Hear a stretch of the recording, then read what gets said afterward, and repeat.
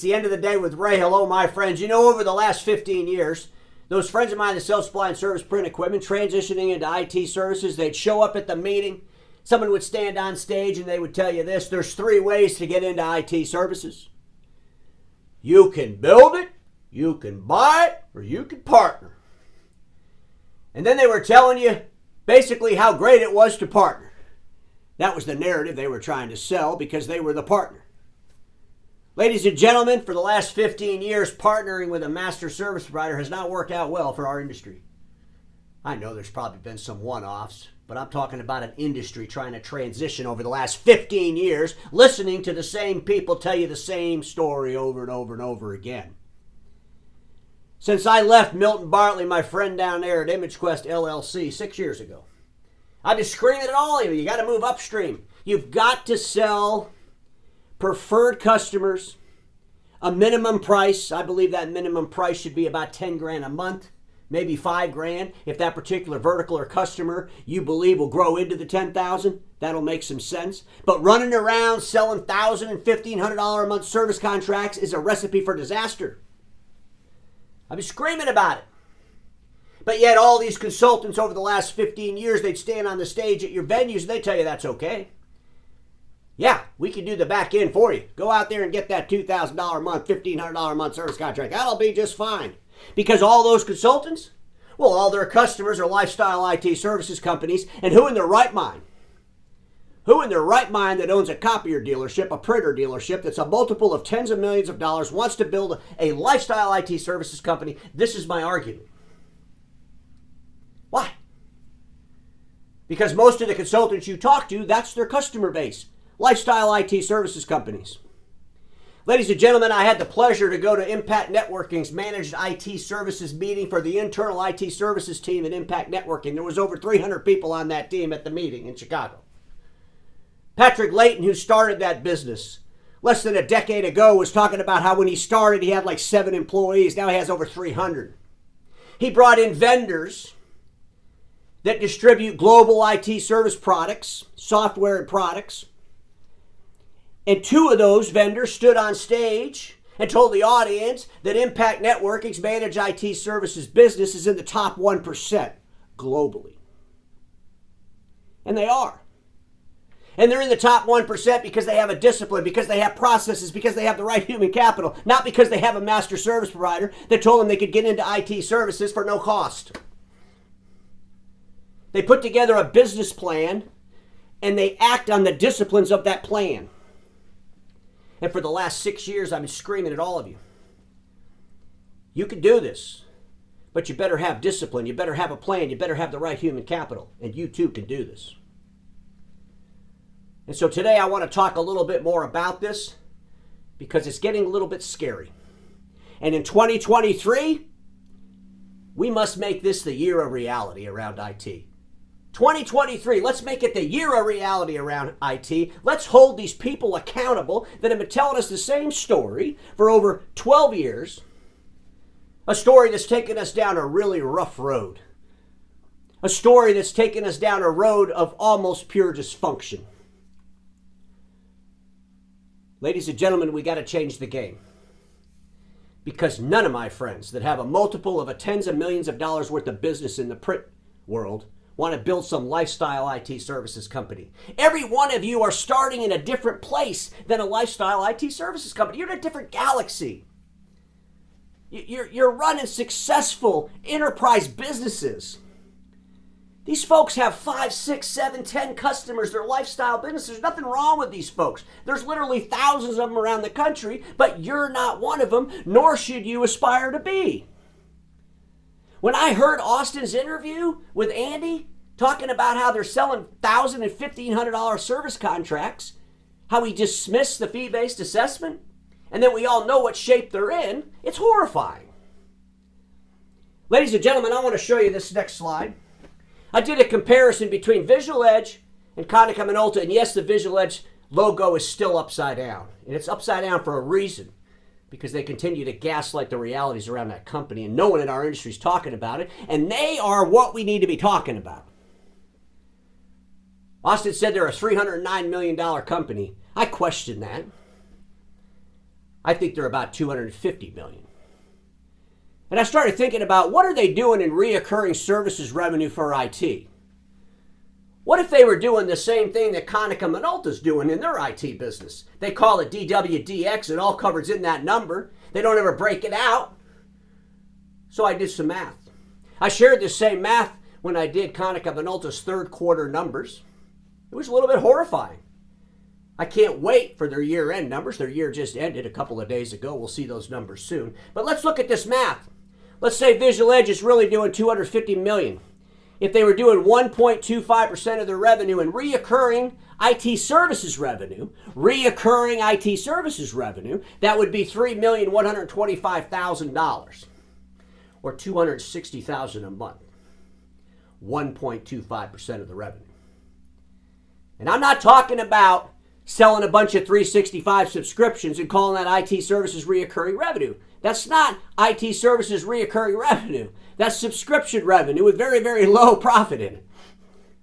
I'm not talking about a bid you might have won where you sold 1,000 desktops. That doesn't matter. That's not IT services reoccurring services revenue. That's equipment hardware.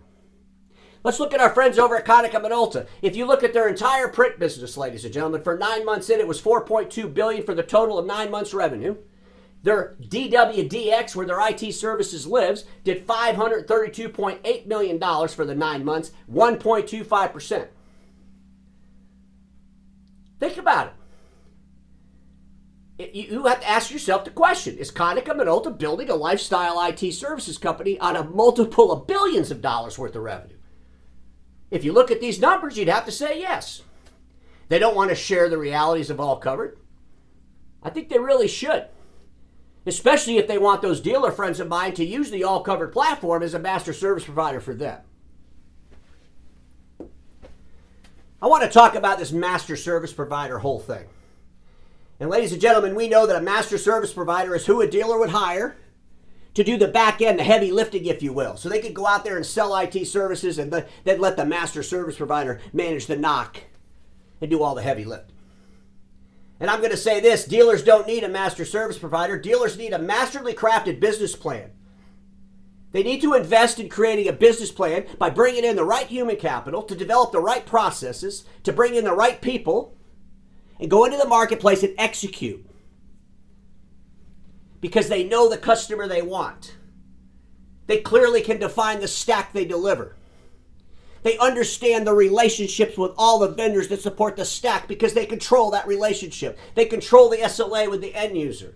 They can charge these customers $10,000 a month for reoccurring services revenue because they have an infrastructure to support that customer. Just say no. It's that simple. I want to talk a little bit about ConnectWise, a little bit about Collaborance, because those are the two main players that are in our space trying to help dealers transition into IT and diversify and bring this new product to market. I want to start over here with ConnectWise. ConnectWise bought a company called Continuum. Actually, Tomo Bravo bought a company called Continuum, and Tomo Bravo bought a company called ConnectWise. And folks, when they had ownership of both of those companies as separate entities, I wrote an article back in March of 2019. And I said, Tomo Bravo, put ConnectWise and Continuum together. I think it was about 8 months later they actually did that. They must watch The End of the Day with Ray. But the vision of them putting ConnectWise and Continuum together was different from what they're executing in the marketplace. I wanted them to compete head on with Kaseya. We know that Kaseya sells the PSA tool directly to end users. I'm thinking, hey, what if ConnectWise had its own NOC, had its own master service provider, if you will, had its own IT services company, if you will, and they went out there and they sold enterprise accounts, the whole entire solution, and then they used the IT service providers that were using the PSA tool ConnectWise to deliver to the end user. I think there's something there still. But the way our industry is dealing with ConnectWise and the Continuum, which is no longer called Continuum, it's part of the ConnectWise deliverable. But we got this group of people that have been around for a long time, folks. These guys and gals have been telling you all how wonderful IT services is. Sign up with us and we'll be your master service provider for about 15 years. But of course, you got to remember, ConnectWise and Continuum does really well with the lifestyle IT companies. Okay? And if you only have 5 or 6 customers and all those customers have the same maturity level, which is pretty low, it's probably not a big deal. Okay? But when you have a dealership, if you will, that's a multiple of tens of millions of dollars, you don't want to build a lifestyle IT services company, and all the master service providers, they cater to lifestyle companies. That's the reality. That's the truth. Get over it. Be done with it. Every successful IT services company, even in our space, does not outsource to a master service provider. They built it themselves. And some of them are still struggling. There's no doubt about it. But you cannot control the SLA 100% unless you control it yourself 100%. That's the reality. When I think about Collaborants, Great America put this thing together about 14 years ago. Folks, here's the reality. I don't believe they got more than 50 customers on that platform. And they came into the marketplace with great intentions. We want to help the print channel diversify into IT services. We got all this money. We got some extra people hanging around. And we'll build this knock center. It'll be in the middle of the country. We'll give great service and we'll help dealers deliver IT. That story sounded remarkable.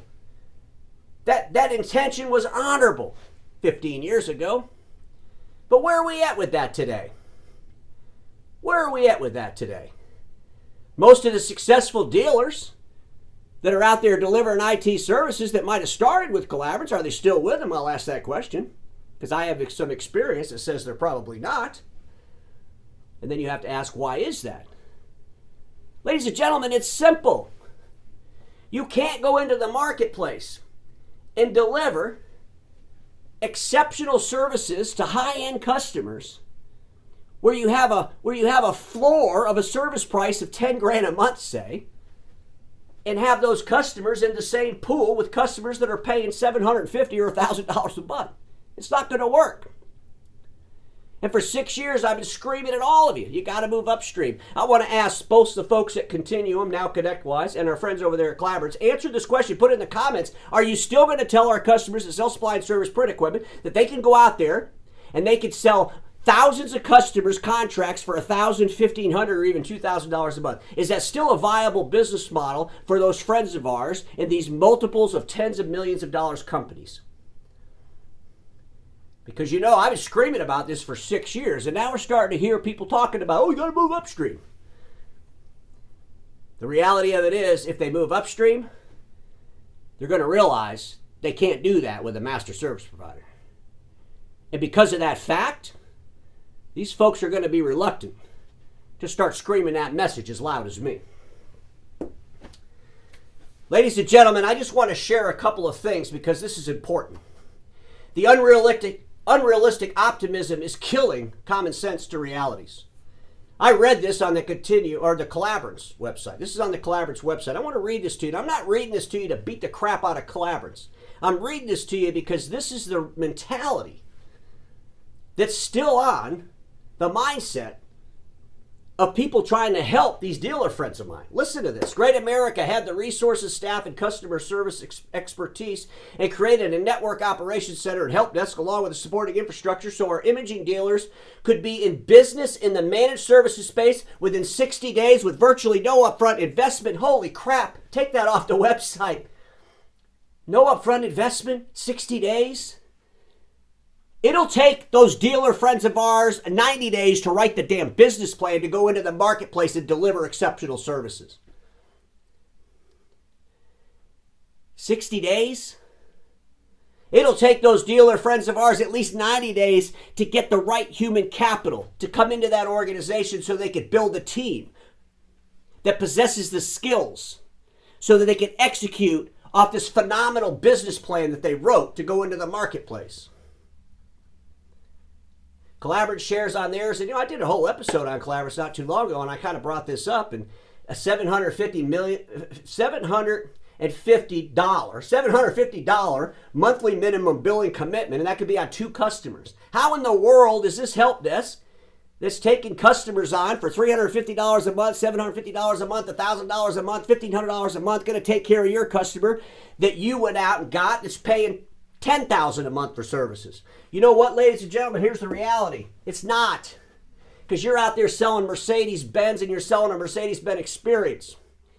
These master service providers, they have a help desk, they have a support center, and it's for the for tourists. And I'm not saying that to be mean, it's just the reality. They're lifestyle businesses, and there's thousands of them across the United States, literally tens of thousands of these companies. And they could do just fine on the Collaborance platform. They could do just fine on the Continuum platform because they're only going to build a lifestyle business. They're only going to have 5 or 10 customers. And they don't really care. If their reoccurring revenue for the entire year is $250,000, they're happy because they got 3 or 4 employees. Everyone that watches The End of the Day with Ray, you guys have huge businesses and gals, huge businesses. You're in a different galaxy, you're at a different starting point. You could be in the top 1%, but you're only going to be in the top 1% if you insist on delivering Mercedes-Benz. That's the reality. That's the talk track you need to be listening to. And you need to start challenging all these consultants that have been telling you the same thing for 14 years. Because you know what, ladies and gentlemen? I've been telling you the same damn thing for 6, 7 years. And guess what? All the things I've been saying, we're now starting to hear them say. They're starting to catch up. The problem is, are they going to continue to tell you what you want to hear, or are they going to tell you what you need to hear? Because everybody watching me knows this. Status quo is the killer of all that'll be invented. Don't get stuck in status quo, and I'll see you all tomorrow.